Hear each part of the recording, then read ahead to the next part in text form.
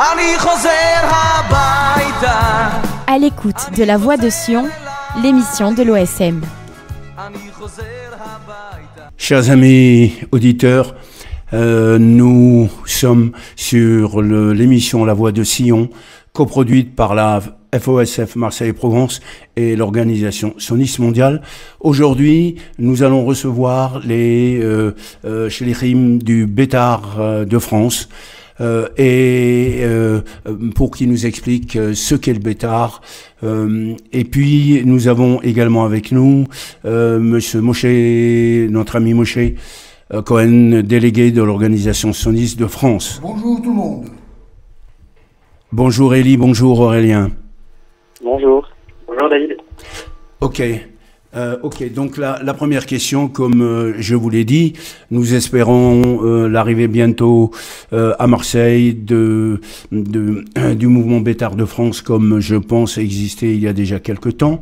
Et je voudrais vous poser, vous donc qui êtes les responsables France, une question simple que nos auditeurs, nos auditrices, nos jeunes auditeurs et auditrices pourraient se poser éventuellement pour rejoindre le Bétar de France. Expliquez-nous en quelques mots, Élie et Aurélien, expliquez-nous en quelques mots ce qu'est le Bétar de France, peut-être son origine et quels sont ses objectifs. Élie ou Aurélien? Allez-y. Élie, tu veux commencer? Vas-y, je laisse commencer.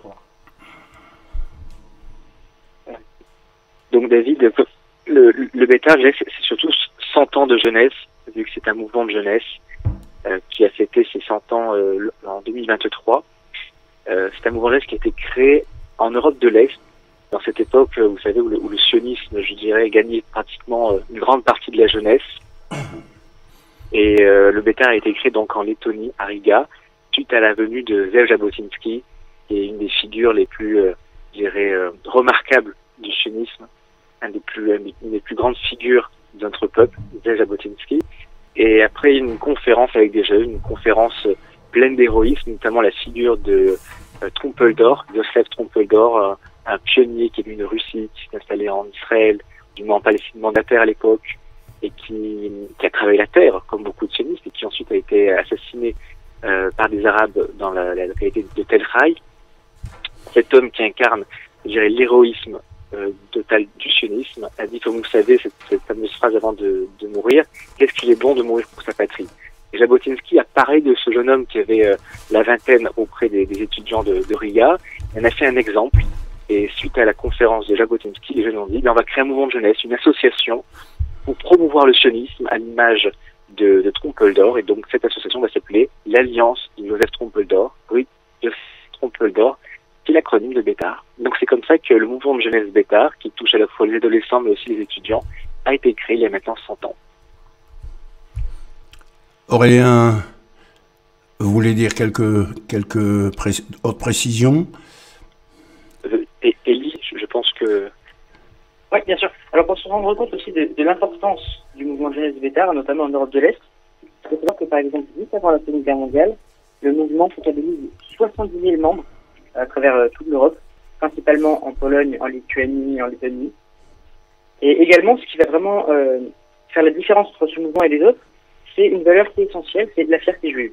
Et la fierté juive, elle passe par la connaissance de son histoire, savoir la défendre devant les autres, mais également aussi la préparation physique et la préparation militaire, puisque en Europe de l'Est, vu les pogroms et les attaques qu'il y avait contre les Juifs, le mouvement de jeunesse Bétar leur a aussi donné la faculté de se défendre, donc ils étaient entraînés aussi à la défense. Et ils se sont prouvés héroïquement à plusieurs périodes, notamment durant la Seconde Guerre mondiale, puisque les 70 000 membres que comptait ce mouvement de jeunesse n'ont pas du tout été inactifs durant cette période. On peut citer par exemple la révolte dans le ghetto de Kovno, qui a été menée notamment par des jeunes du mouvement de jeunesse Bétar, aussi la formation du groupe de résistance armée juive en France, mais également le plus connu, c'est la révolte du ghetto de Varsovie, qui a été menée par deux groupes de mouvements de jeunesse, donc la Shomer HaTzair et le Bétar, à travers l'Union militaire juive et l'Organisation juive de combat, qui étaient les deux principales organisations combattantes du ghetto de Varsovie. Et ce qui est important de noter, c'est que c'est vraiment la plus grande révolte civile contre l'armée allemande durant l'occupation, qui a été faite par ces quelques étudiants et jeunes du mouvement de jeunesse Bétard. Donc c'est vraiment toute une histoire très exigeante et tout un héritage qui pèse sur le mouvement de jeunesse sur ce nom. Et voilà une des raisons aussi de la relance de ce mouvement à Marseille, puisqu'il a existé aussi à Marseille. Il est arrivé en France dans les années 30, s'est développé à partir de cette période, et il a été inactif dernièrement, mais c'est bien un retour à Marseille que nous comptons effectuer prochainement. Oui, donc vous allez effectivement rejoindre les 3 ou 4 mouvements de jeunesse existants aujourd'hui, comme le Bnei Akiva, comme l'Abonim Dror, qui ont été invités d'ailleurs, hein, le Dror notamment à traduire.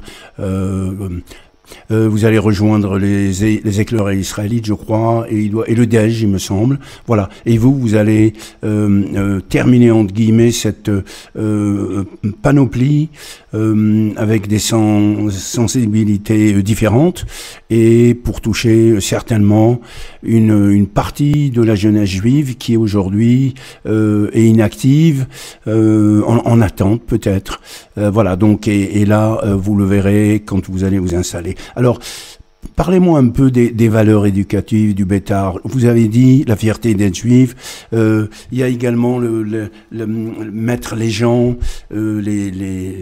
vos adhérents, on va dire. Je rappelle, c'est de 10 ans, je crois, à 17 ans, d'après les informations que j'ai, dans cette jeunesse, en début de son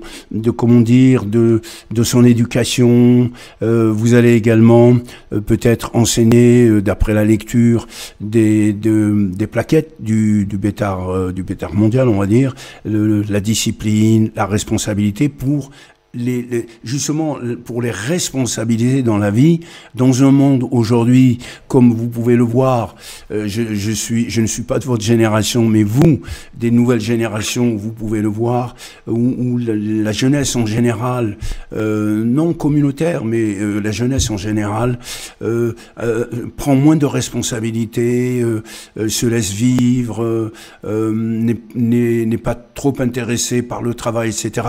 Je parle la généralité. Bien entendu, il y a 10, 15, peut-être 20% de jeunes qui, eux, sont restés dans ces idées-là. Donc, parlez-nous un peu de ces questions de responsabilité, de discipline, dans vos activités, je pense. Comme a dit Elie à l'instant, en évoquant l'histoire du Bétard, notamment pendant la Seconde Guerre mondiale, le Bétard, je dirais que c'est vraiment une révolution intérieure du jeune juif.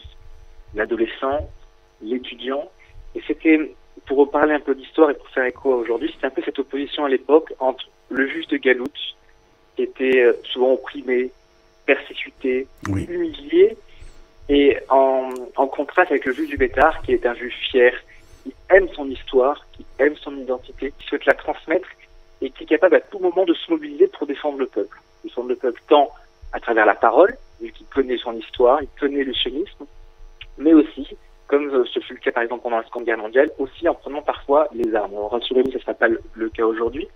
Il y a le Bétard aujourd'hui qui est notamment présent en Amérique du Sud, notamment au Brésil, dans toutes ces communautés juives qui sont là-bas, qui ont su juste avant la Seconde Guerre mondiale. Le Bétard inculque la fierté juive. Alors qu'est-ce que c'est la fierté juive? D'abord, je dirais que c'est surtout connaître notre histoire. Et aujourd'hui, on nous reproche beaucoup notre histoire, notamment c'est quoi être sioniste. Eh bien, au Bétard, on n'aura pas honte de ce terme. On apprendra ce que ça veut dire le sionisme. On connaîtra également notre tradition religieuse, qui est extrêmement importante, vu que c'est à travers nos racines qu'on peut comprendre notre futur. Et puis, ça sera surtout un mouvement de jeunesse où on va se renforcer notre identité, que les jeunes puissent apprendre à se connaître davantage. Et c'est aussi un mouvement assez particulier, vu qu'on apprend l'autodéfense, ou du moins, c'est un grand mot, je dirais un peu pompeux, je dirais que c'est surtout le fait de savoir se défendre. Si un jour on est parfois dans certaines difficultés, ce qui est essentiel. Donc, quand un jeune juif sort du mouvement de jeunesse Bétard, il est complet. Il connaît à la fois notre tradition religieuse, notre histoire, et il sait se défendre. De surcroît, dans un cadre très particulier, dans un cadre où règne la discipline. Parce que, comme l'a un peu évoqué à l'instant Elie, il y avait au XXe siècle cette dimension un peu militaire au Bétar, parce que les jeunes étaient formés en Europe de l'Est, ensuite ils basculaient en Palestine, où ils rejoignaient notamment le Excel, qui était un groupe armé pour mener les combats contre les Britanniques et les Arabes. Donc il y avait cette dimension militaire. Alors aujourd'hui, elle n'existe plus réellement, du moins elle existe, elle réside encore dans quelques points, comme par exemple le port de l'uniforme, qui est essentiel, le respect notamment, la politesse, dans une notion qu'on appelle le hadar. Alors certains ont du mal à la traduire, mais on pourrait le traduire par la politesse, la courtoisie aussi, essentiel, par exemple, l'honneur, la fierté, l'honneur, la dignité. Et ça, ce sont des notions qui guident chaque jeune bétari, que ce soit dans le mouvement jeunesse, mais également l'extérieur, parce que le but, c'est que le jeune bétari ne soit pas simplement un bétari pendant les péoulottes, parfois, donc ça peut être le dimanche après-midi ou un autre moment, c'est qu'il soit un homme fier, un homme, vous avez compris, avec un grand H, dans chaque moment de sa vie. Donc, je dirais, le bétar, c'est une véritable transformation intérieure. Cette discipline règne donc du coup dans l'uniforme, également dans les séances, dans la façon de s'exprimer, de se comporter et aussi de servir l'ensemble de la communauté juive. Oui, Elie et Aurélien, une question corollaire, on va dire, est-ce que sur laquelle nous sommes en train de parler. Vous savez qu'aujourd'hui, avec tous les problèmes d'antisémitisme, d'agression, qui, à mon avis, qui a pris une allure, je dirais pas quasiment mondiale, parce que heureusement qu'il y a une partie du monde qui nous soutient et qui soutient le peuple juif. Et d'ailleurs à laquelle personnellement je n'ai pas de réponse cartésienne. Pourquoi ça arrive maintenant, pourquoi ça prend une grande partie du monde où les gens n'entendent même pas les réponses du peuple juif ou des communautés juives ou de l'État d'Israël sur les raisons de la guerre qui est aujourd'hui faite par Israël face à plus de 7 pays, je dirais. Donc il y a aujourd'hui il semble qu'il y ait une réveil de ce que nos patriarches appelaient the rising lions au pluriel. Pour les jeunes générations, est-ce qu'on peut dire que le Bétar, aujourd'hui, fait partie de ces nouvelles générations qui ne baissent pas la tête, qui se battent s'il faut se battre, qui répondent s'il faut répondre, qui sont donc des je sais pas comment on peut traduire ça en français, hein, des lions bondissants ou quelque chose comme ça. En tout cas, vous avez compris. Est-ce qu'on peut pas dire que vous appartenez à ces nouvelles générations? Aurélien ou Elie? Je dirais que d'abord, je dirais que c'est l'ensemble tout d'abord de la jeunesse juive. Et comme, alors évidemment, ensuite on parlera qu'il y a une spécificité au Bétar. Je dirais que c'est totalement la jeunesse juive qui est comme ça. Souvenez-vous par exemple du 7 octobre, on a eu des tas de jeunes qui se sont d'un coup, quand on compris la catastrophe qui est en train de se produire, qui d'un coup ont pris les armes, qui ont cherché à se défendre, à protéger leurs frères, leurs sœurs. Pourtant, c'est des gens qui, en apparence, étaient plutôt des gens plutôt tranquilles, des gens qui faisaient la fête. Donc, il y a quelque chose au sein du juif, je dirais, il y a une force qui est cachée, qui parfois on n'arrive pas à la voir parce que il y a eu la présence de la diaspora, de la galoute, de l'exil, mais il y a quelque chose qui vibre, une force intérieure, et je dirais le Bétar a su la révéler au grand public. On parlait tout à l'heure, vous savez, de l'Europe de l'Est, dans tous ces pays où les juifs étaient malmenés, et bien le Bétar a réussi à dire à l'ensemble de la communauté, à dire non, il y a quelque chose en nous, et on doit savoir se mobiliser, défendre la communauté, prendre soin des autres.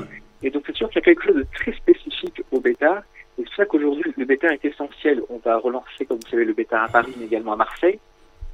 On a besoin de prendre tous ces jeunes et de leur dire maintenant c'est à vous de jouer. Vous ne pouvez plus, je dirais, être passif, être en marge de la communauté juive. Vous avez un rôle à jouer pour défendre le peuple juif parce que nous n'avons pas perdu, bien au contraire. Et vous avez un rôle à jouer. Et donc c'est ça ce qu'on va dire aux jeunes de Marseille qui sont parfois en marge de la communauté juive. Certains sont religieux, d'autres moins religieux. Leur dire nous avons un destin commun et c'est à vous maintenant de le saisir. Très bien. Très bien. Aurélien? Oui. Tu veux rajouter quelque chose à ce qu'a dit Elie? Non, je vais rajouter un point sur l'importance. Pardonnez-moi, je confonds. Du Bétar à Marseille.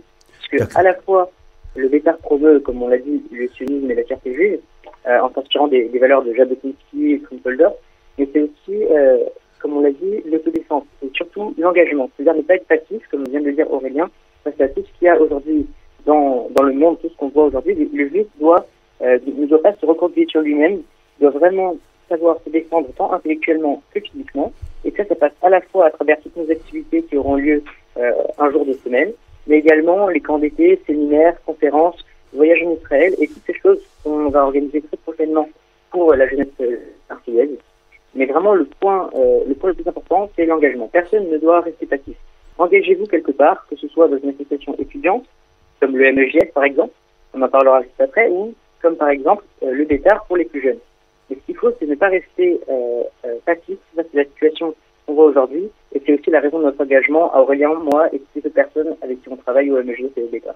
Et donc peut-être également une personne ou plusieurs personnes que vous avez déjà pré-recrutées pour Marseille très prochainement. Voilà. Avant de passer à une autre question sur votre activité, enfin un exemple de votre activité, dites-moi une question que certains me posent et que je vous pose ici en me disant mais est-ce que le Bétard n'est pas un mouvement d'extrême droite, fasciste, etc. Qu'est-ce que vous pouvez répondre à ça? N'oublions pas que vous avez des participants, des enfants, des gamins de 10 à 17 ans. Voilà. Qu'est-ce que vous avez à répondre à ce type d'accusations qui ont été entendues il y a très longtemps? Voilà. Est-ce que vous pouvez nous dire quelque chose là-dessus? Je sais qu'aujourd'hui, comme vous savez, le peuple juif est calomnié. Que ce soit, je dirais, les gens de gauche, les gens de droite, les gens conservateurs, les religieux, les non-religieux, tout le monde est calomnié. Donc, je dirais, le Bétard, eh bien, n'a pas d'exception, ou du moins ne passe pas la trappe, je dirais. Donc oui, certains peuvent accuser le Bétard, peuvent détourner son histoire, peuvent falsifier certains événements, peuvent prendre des phrases de Jabotinsky et oublier le contexte, etc. On peut, mais la question, c'est en fait le plus important, c'est qu'est-ce qu'on va apporter à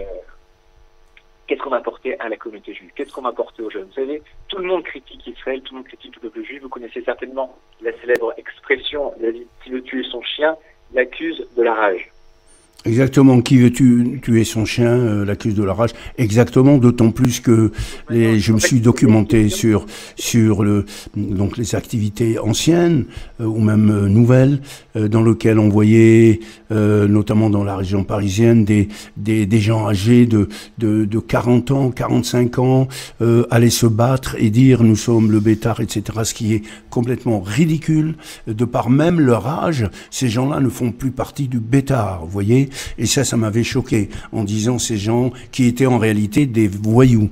Voilà. Donc moi je voulais vous donner cette information, cette recherche que j'ai faite et dans lequel donc et qui a, je dirais, non pas porté tort, parce que le Bétard n'est pas du tout ce genre, d'après la documentation que j'ai, surtout des jeunes de 10 à 17 ans, je ne les vois pas, eux, aller dans la rue, frapper, etc.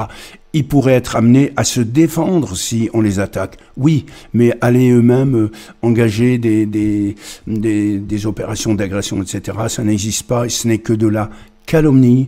Aujourd'hui, le peuple juif a été calomnié surtout depuis des siècles et des siècles sur des inventions totalement furtives, surtout à des périodes très différentes, comme aujourd'hui, où on accuse Israël de génocide, etc., etc., etc. Donc, vous avez bien fait de nous préciser ça, et surtout, nous allons surtout compter sur l'éducation que vous allez voir à ce, je dirais pas nouveau, à ce renouveau donc d'associations, loi de 1901, j'imagine, sur notre région ici, Marseille-Provence, j'espère bientôt. Et vous allez avoir d'ailleurs, à Ciceron, avec nous, les 4 mouvements de jeunesse existants aujourd'hui, viendront avec plaisir vous accueillir également. Voilà. Alors, parlez-nous, donc cette fois-ci, des questions pratiques. Parlez-nous un peu de l'exemple d'une activité, je sais pas si ça va être mensuelle ou hebdomadaire, ou peu importe, c'est vous qui le déciderez dans votre activité. Parlez-nous donc de vos activités type, sans rentrer dans le détail. Élie, Aurélien. Oui, bien sûr. Alors, pour vous donner le déroulé, un exemple de... De déroulé, voilà, absolument. Voilà. Non, alors, pour donner un exemple de déroulé d'une journée d'activité, donc on commencerait par une fila, brève, abrégée. Ensuite, on passerait à la première cérémonie qui s'appelle un misdar, donc on se met tous, parce que le cérémonial et les symboles ont un rôle très important dans le mouvement de jeunesse de par son héritage, comme on en parlait en début d'émission. Donc il y a ce petit cérémonial du misdar, où on va tous se mettre en rang, et les madressines, qui sont d'ailleurs en uniforme, parce que ça aussi c'est une part importante de la tradition du Bétar, vont se mettre devant les jeunes, les enfants, et déjà dire l'ordre du jour, ce que nous allons faire de cette activité. Ce sera évidemment lié, par exemple, au calendrier juif, s'il y a une fête qui approche. Donc il y a d'abord cette petite partie de fila, ensuite l'activité avec les madressines, qui sera axée sur l'histoire juive, tant l'histoire juive moderne que évidemment celle du Tanakh, en lien avec la paracha de la semaine. Ensuite, il y aura donc une petite partie d'hébreu, qui est surtout de la pratique orale et avec notamment les chants, ici également. Ensuite, la partie sport, qui est l'activité qui prendra le plus de temps, ce sera 1h, 1h20 de sport. Ce sera de l'initiation à l'autodéfense. On parle bien de choses qui seront encadrées par des moniteurs professionnels, donc c'est pour les enfants, donc ça va être de l'initiation au Krav Maga par exemple. Et donc ensuite, ça sera conclu à la fin par la petite cérémonie de fermeture, donc on se remet en misdar, avec le drapeau d'Israël, le drapeau, etc., du Bétar, et là une petite cérémonie de clôture où chaque participant peut dire quelque chose, puisque vraiment ce qui compte au Bétar, c'est vraiment la participation individuelle, donc chaque jeune qui est là n'est pas juste un spectateur, mais prend part dans toutes les activités et aura des responsabilités. Et donc les madressines lancent la fin, et donc c'est là qu'il y a le chant du Bétar, Akiva, etc., et petite fermeture pour cette activité. Donc ça c'est pour les activités qu'il y aura en semaine. Maintenant il y a aussi, comme je l'ai dit tout à l'heure, les camps d'été et un camp d'hiver qui seront organisés pour plusieurs âges avec les madressines et les participants. Et pour donner un exemple, voilà, nous avons déjà fait le premier camp d'été du Bétar, un petit séminaire d'été qui était pour les madressines cet été, et donc on a eu justement nos 10 premiers madressines qui ont fait un voyage sur les traces du Bétar en Israël, tant sur la tombe de Jabotinsky et Mont Herzl qu'au village de Tel Chai dans le nord qui était défendu par Trumpeldor. Voilà. Élie et Aurélien, on est presque arrivé à la fin de cette émission-là. J'ai avec moi quelqu'un qui nous a rejoint, Élie Bérébi. Je lui passe juste un micro. Élie Bérébi, qui est donc président de la Fédération des organisations sionistes pour notre région, et qui est, figurez-vous, un ancien du Bétar. Et je voulais qu'il vous dise deux mots, peut-être de conclusion, mais surtout deux mots en tant qu'ancien du Bétar, qui a été très très actif. Bonjour, d'abord Shalom. Oui, j'étais Mefaked Maoz pendant plusieurs années au Bétar Marseille. Et on a des souvenirs mémorables à partager qu'on le fera une autre fois. En tous les cas, je veux vous souhaiter beaucoup de hatzlacha, beaucoup de réussite. Je sais que c'est une attente dans la communauté juive d'une façon générale et à Marseille en particulier. Sachez qu'avec la Fédération sioniste, on sera toujours à votre écoute pour vous accompagner, pour vous épauler autant qu'on peut le faire, comme pour n'importe quel autre mouvement de jeunesse, mais un peu plus pour le Bétar parce que c'est la maison, quoi. Voilà, on est ici, on est des gens qui avons grandi, en tous les cas, avons fait notre parcours de lycéen ou d'étudiant autour de cela, et que ce soit en tant que Khanir ou en tant que Madrich ou en tant que Boguer ou Mefaked, on a eu toujours l'occasion de promouvoir cette approche de la jeunesse juive et cette approche du sionisme jabotinskien. En tous les cas, la porte est ouverte. Bravo à David qui va vous épauler. Ça sera une première des prochaines semaines. Je ne serai pas là, moi, sur Marseille, puisque je serai en voyage à cette époque-là. Mais avec plaisir de vous retrouver, de vous accompagner autant que faire se peut. Voilà. Merci beaucoup, Eli, et Tel Chai. Merci beaucoup. Tel Chai. Merci, Eli. Il sera avec nous. Bon, il sera en Israël, mais il sera avec nous pour d'autres occasions et avec vous. Voilà, et vous pouvez compter sur lui et sur nous tous ici à Marseille. Donc, on vient de terminer notre première partie de l'émission La Voix de Sion, en coproduction avec la FOSF Marseille-Provence et l'organisation sioniste mondiale. Merci à vous deux, Be'ezelacha et Tel Chai. Merci à toi, David. Merci, Tel Chai.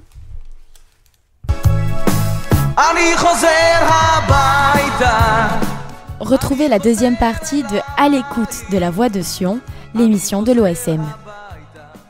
Voilà, on se retrouve pour cette deuxième partie d'émission, habituellement consacrée à la promotion de la Aliyah. Et aujourd'hui, à notre micro, un invité pas du tout inconnu pour Marseille, mais qui a fait lui son Aliyah il n'y a pas si longtemps que cela. Joël Benamou, bonjour. Bonjour, Eddy. Voilà, donc aujourd'hui vous êtes... on va se tutoyer, moi c'est plus facile, d'abord parce que j'aime tutoyer, et en plus parce qu'on se connaît suffisamment pour, comme dirait un ami israélien, pour se tuer. Donc on va se tutoyer. Joël, peut-être dans cette première partie, rapidement, parce que je connais un petit peu tes motivations, pourquoi tu as fait cette Aliyah alors que vraiment tu es parti, tu avais ici sur la France et à Marseille pas mal de points d'ancrage. Je rappelle que tu étais le responsable animateur de la Yeshiva des étudiants, que tu as un parcours communautaire bien étoffé, et puis tout d'un coup tu as décidé d'aller en Israël. Je sais qu'il y a les enfants qui sont là-bas, mais pas que. Voilà, alors en effet, déjà d'avoir 4 enfants en Israël, c'était un élément important, bien évidemment, mais pas seulement, en effet. Il y a eu un incident, on va pas épiloguer, mais il y a eu un incident de parcours professionnel qui m'a un peu remis en question, et c'est là que j'ai décidé de faire l'Aliyah, parce qu'il fallait que je change de vie, et honnêtement, j'ai été tenté par la Tanzanie, par l'Australie, mais non, je voyais où je pouvais... Ça, c'est ton côté Indiana Jones qui parle. Voilà, te provoque. Non, voilà, je sentais qu'il fallait que j'ai une nouvelle page de ma vie, et honnêtement, je ne l'envisageais pas ailleurs qu'en Israël. Bien sûr, par rapport à mes enfants, mais vraiment, honnêtement, pas que pour ça. Et donc, je suis parti très exactement le 6 septembre 2023, ce qui veut dire, si vous avez la mémoire, et je pense qu'on n'est pas prêt de l'oublier, c'était un mois avant le 7 octobre. Eh oui. Et donc, voilà, quoi, j'ai eu ce triste privilège de vivre ces événements sur place. C'était pour le moins pas évident, mais Dieu merci, voilà, à l'instar du pays, j'ai réussi, je crois pouvoir dire, Dieu merci, que j'ai réussi cette Aliyah, et actuellement, donc voilà, je suis installé dans une petite banlieue de Jérusalem, et j'ai le bonheur de travailler en tant qu'éditeur, en tant que directeur adjoint aux éditions Elkana. Voilà, donc tu nous as donné la perche pour parler de Voilà. ce pourquoi on se retrouve, puisque ce soir, à Marseille, on aura le privilège avec le centre communautaire, le centre Fleg, de recevoir à l'espace Paul Benaïm ce pourquoi tu vas nous évoquer, c'est-à-dire cette compilation des écrits de quelqu'un qui a marqué le judaïsme français, le judaïsme et le militantisme communautaire. Je parlais du Rav Léon Ashkenazi, bien connu sous le totem de Manitou. Toi-même étant un enseignant, raconte-nous un petit peu ce projet, comment il a émergé et qu'est-ce qu'il en est aujourd'hui. Oui, alors je tiens tout d'abord à dire que la conférence de ce soir est co-organisée par plusieurs partenaires. Le Centre Fleg, tu as eu l'occasion de les citer, il y a la Fédération des organisations sionistes de France, il y a la communauté Ashkénaze, il y a aussi le Bnei Brit et aussi la Yeshiva des étudiants de Marseille. Voilà. Et le KKL, non, je crois, non? Le KKL, c'est peut-être pour Nice. Non, c'est la Fédération sioniste qui est partie prenante, ainsi que l'OSM, bien évidemment. Voilà, alors, l'origine de ce projet, en fait, c'est Ephraim Herrera qui va donner la conférence ce soir, qui est un ancien élève de Manitou, avec Alain Michel, qui est le fondateur des éditions Elkana, lui-même ancien élève aussi de Manitou. Ils ont récupéré des enregistrements des cours de Manitou des 30 dernières années de sa vie. Autant dire, c'est des centaines d'heures de cours. Et ça fait une dizaine d'années qu'Ephraim Herrera s'est attelé à ce travail titanesque que d'écouter et de retranscrire. Alors, il ne s'agit pas d'une retranscription d'un cours dans sa totalité, il s'agit de morceaux de discours. C'est mot à mot ce que Manitou a dit. Encore une fois, les gens qui vont ouvrir ce livre vont avoir les mots même de Manitou. Il n'y a pas aucune modification. La différence, c'est que, prenons un exemple, il donne un cours sur le Shabbat qui dure 1h30. Le cours entier n'a pas été retranscrit. Ce sont des morceaux de ce cours qui vont aborder, qui vont toucher X sujets, par exemple le rapport au temps, le rapport à l'argent, etc.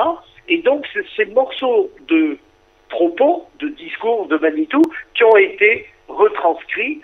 Et donc c'est parfois 10 lignes, c'est parfois 30 lignes, mais c'est relativement court. Et ça a été appelé des étincelles, puisque voilà, c'est des courts morceaux.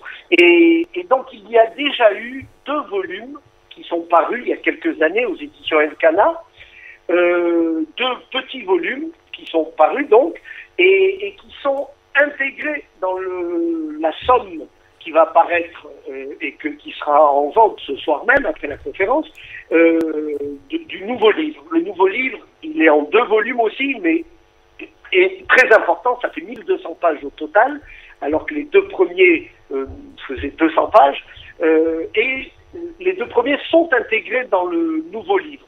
La différence, c'est qu'il y a d'abord il y a plus, ça représente à peu près 25% de ce qui va paraître, mais il y a aussi des index, il y a une organisation, alors que les 2 premiers c'était des étincelles au long cours qui sont rapportées les unes après les autres sans qu'il y ait de cohérence à proprement parler. Là, il y a plusieurs chapitres avec des grands thèmes de la vie des hommes, la vie juive, etc. et une cinquantaine de sous-chapitres. Donc, il y a une organisation qui donne une lecture beaucoup plus intéressante, puisque sur un même thème, on a différentes étincelles des propos de Manitou sur ce thème-là qui ont été dites à travers différents cours, bien évidemment. Voilà l'histoire de... Donc, moi, pour avoir eu les premiers volumes, je veux témoigner ici qu'effectivement, les premières étincelles étaient des braises, puisque tout ce qui est véhiculé par Manitou et dans sa pensée, c'est quand même quelque chose d'important. Est-ce que tu peux un peu rappeler aux auditeurs qui était le personnage? Il nous reste encore quelques minutes. Alors, oui, bien évidemment. Alors, Manitou est né à Oran en 1923. Il était le fils de David Ashkenazi, qui était le grand rabbin d'Algérie, et il a participé aux EI à Oran. Mes parents, d'ailleurs, étaient avec lui aux EI à Oran, avec lui et Buisson, sa sœur, Evelyne Ashkenazi, Buisson et Manitou étant les totems, les surnoms qu'on donnait aux scouts, aux EI. Il est venu ensuite en France, et il a participé à l'école d'Orsay fondée par Robert Camzon, l'école de cadre. Il en a été le directeur, et puis après il est parti en Israël, et là il a eu une nouvelle vie, j'ai envie de dire, une 3e vie, Oran, Paris, Jérusalem, et il a créé le centre Mayanot, il a continué à enseigner, et ce qui est très très remarquable, et peut-être même un cas unique, c'est que ces enseignements ont été traduits en hébreu et connaissent actuellement auprès de la jeunesse israélienne, qui n'a rien à voir avec la France, j'en témoigne. Un engouement très surprenant. Très surprenant. Parce que je ne connais pas d'autres maîtres français, francophones, qui aient eu cette destinée comme ça, de se voir 20 ans après son décès, une notoriété auprès d'un public que hébraïsant, pas du tout francophone. Donc voilà. Voilà, très rapidement, bien sûr, il a formé des centaines d'élèves, et dont mon maître, le Rav Eliyahu Abitbol, qui a créé en 69 l'équivalent des étudiants de Strasbourg, et qui était un de ses élèves aussi à Orsay.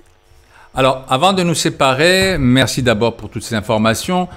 Où trouver l'ouvrage? Bon, il y a ceux, bien entendu, qui ce soir viendront peut-être profiter et de l'intervention du professeur Herrera, oui, mais faire l'acquisition. Sinon, le livre est commercialisé comment et où? Le livre n'est pas encore sorti officiellement, mais il est déjà en vente sur le site éditionelcana.com. Vous pouvez l'acquérir à hauteur de 50 €, donc il y a 2 volumes, 1200 pages. 50 €, c'est le prix de souscription. Après, à la sortie, début octobre, il passera à son prix de vente normal de 75 €, ce qui est quand même une économie substantielle. Donc j'invite vivement d'abord tout le monde à venir à la conférence ce soir à 20h. S'inscrire, voilà, à 20h. D'accord, c'est sur inscription seulement. Rapprochez-vous du consistoire ou du centre Flegg, des différents partenaires, on vous donnera le lien.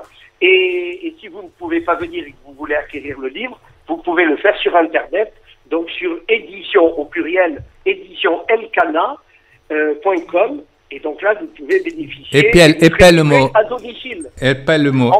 Mcana, M-A. Non, Elkana. E-L-K-A-N-A. E-M-K-A. E-L, L comme Lyon. E-L-Kana. D'accord. Voilà. Elkana, c'est un personnage biblique. Absolument. Voilà. Eh bien, on souhaite une réussite et d'abord dans la diffusion de cet ouvrage, parce que les harcèlements de Manitou sont toujours riches. Et on te souhaite une belle réussite pour la commercialisation. Merci. Et une belle réussite pour la promotion dans les différentes communautés de Marseille et d'ailleurs. Merci infiniment. Bonjour Estelle. Bonjour. Vous êtes effectivement la responsable de l'Argent Juif à Marseille et je sais qu'en ce moment vous travaillez beaucoup d'heures supplémentaires. Vous pouvez nous expliquer un petit peu, d'un premier abord, quel est le rôle de l'Argent Juif à Marseille, et ensuite on verra vos activités et vos programmes. Oui, bien sûr. L'Agent Juif, de toute façon, joue un rôle très important pour les Juifs de diaspora du monde entier. Est une passerelle vers Israël. On accompagne d'un point de vue pédagogique et d'un point de vue sécuritaire les Juifs qui vivent justement en diaspora. Aujourd'hui, on répond à une partie des demandes parce que pas tout le monde veut faire l'Aliyah. Il y a des programmes comme les programmes Massa qui sont des programmes en tant que touriste où on est effectivement parrain, où on aide les jeunes de 18 à 35 ans à faire cette découverte en Israël, et les programmes d'Aliyah qui s'offrent à toutes les personnes qui souhaitent s'installer en Israël. D'ailleurs, on a effectivement un salon lundi prochain pour répondre à toutes les questions des personnes qui souhaitent partir dans un futur proche, s'installer en Israël. Ah d'accord, donc si je comprends bien, mais alors le salon de l'Aliyah qui a lieu lundi prochain à Marseille, si mes souvenirs sont exacts, il y en a eu un il n'y a pas très longtemps. Vous augmentez le rythme, qu'est-ce qui se passe? Il y a plus de demandes? Comment ça s'explique? Alors oui, bien évidemment, aujourd'hui on a énormément d'appels, énormément de demandes, vu la conjoncture actuelle. Je pense qu'effectivement, on a beaucoup plus de besoins et donc on augmente l'information. Et cette année, il paraissait essentiel de reprendre l'année et la rentrée avec un salon pour pouvoir aider toutes les familles et toutes les personnes à mettre en place leur projet le plus rapidement possible, le plus intelligemment possible pour l'année prochaine. Ah d'accord, mais alors, dans un premier temps, alors pour les gens de Marseille qui sont intéressés par l'Agent Juif, comment on arrive, comment on s'inscrit, comment ça se passe? Alors il faut aller sur le site de l'Agent Juif de Marseille, s'inscrire sur le lien qui est collé au salon de l'Aliyah. Donc vous allez voir, c'est écrit Salon de l'Aliyah Marseille. Vous cliquez, vous rentrez sur le lien et vous vous inscrivez, vous et les personnes qui doivent venir avec vous. c'est très important, si vous êtes plusieurs dans la famille, d'inscrire chaque membre de la famille, parce que vous allez recevoir un mail avec une confirmation d'inscription la veille du salon. Mais alors, quel est le lien? Comment ça s'appelle? Agence juive pour Israël? Comment ça se passe? Oui, c'est agencejuive.org. Ça, c'est le site internet, et à l'intérieur du site internet, vous avez le lien pour le salon. D'accord. Bon, c'est agencejuive.org pour ceux qui sont intéressés par le salon lundi à Marseille. Si j'ai bien compris, il y avait aussi un salon à Paris la veille et dimanche 14 et à Lyon le 16, c'est ça? Maintenant, une autre question pour les gens qui ne peuvent pas ou qui ne sont pas à Marseille. Est-ce que vous avez des soirées d'information d'une manière générale sur quelle est la procédure de l'ALIA? Oui, bien sûr, en ligne, pareil, vous pouvez vous inscrire sur le site de l'Agence juive à une réunion d'information en Zoom, comme ça peut toucher toute la France, peu importe où vous êtes, vous pouvez avoir accès à l'information, et du coup, il y en a une toutes les semaines qui est donnée. Ah, c'est-à-dire que je m'inscris sur un Zoom et j'ai toutes les informations, toutes les réponses à mes questions. Et ça, c'est un début, ça fait partie du processus d'ALIA. Comment ça se passe? Oui, ça se passe. C'est-à-dire qu'en fait, c'est en début de process. C'est la première étape. Pour pouvoir ouvrir un dossier d'ALIA, il faut absolument faire une réunion d'information. Une fois qu'on a fait la réunion d'information, on reçoit un lien pour ouvrir son dossier d'ALIA et pour pouvoir justement faire cette démarche-là et aller jusqu'au bout de son projet. Mais alors, ce sont des réunions en Zoom, il n'y a pas de réunions physiques pour ceux qui n'ont pas l'habitude de jongler avec l'Internet? Y a-t-il des réunions physiques? Il y a des réunions physiques à certaines périodes de l'année. En général, les salons de l'ALIA où il y a plusieurs stands, où il y a plusieurs personnes qui viennent et qui se déplacent d'Israël pour pouvoir justement parler de l'ALIA, sont les moments opportuns pour se rencontrer physiquement. En dehors de ça, ça se passe en Zoom. Ok, donc vous dites que c'est la première étape et ensuite on peut faire une demande de dossier d'ALIA, c'est ça? Tout à fait.